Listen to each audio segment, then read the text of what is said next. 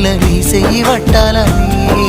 నల్లని సీకట్లో ఒకదాన్నే కూసున్న దిక్కులేని పచ్చినయ్యి బావా నువ్వెప్పుడొస్తావని ఏళ్ళైపోతుంది పిల్ల ఎన్నెలొచ్చింది మన బతుకులా ఏలైపోతుంది పిల్ల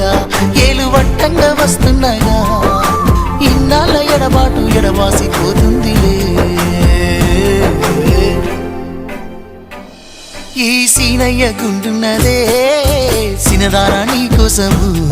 ఈ దూరాన్ని చెరుపుతూ తీరాల కగిరింది అందాల ఈ మానవు